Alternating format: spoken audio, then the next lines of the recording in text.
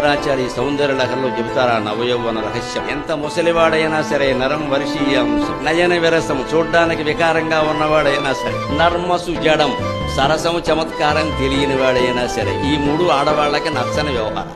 ముసలితనం, అలాగే పెద్ద వయస్సు రావడం, అలాగే నయన విరసం చూడ్డానికి వికారంగా ఉండడం, ఆ పైన ముందు సెన్స్ ఆఫ్ హ్యూమర్ అంటారు. కాస్త చమత్కారం లేకపోతే ఆ మొగుడిని భార్య భరించదు.